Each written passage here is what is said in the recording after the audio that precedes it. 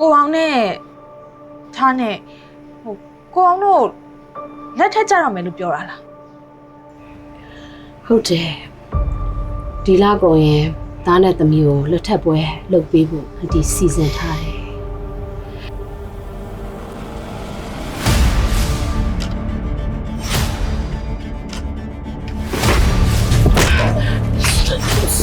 ကိုအောင်ကထားကိုတကယ်လက်ထက်မယ်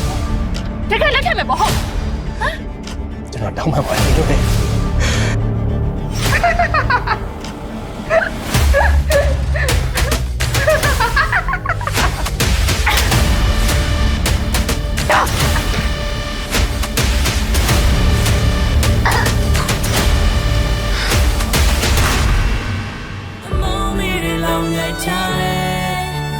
都是对你秒子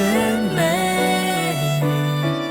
谁是不愿看看去，这本难的，输了不愿给我们累。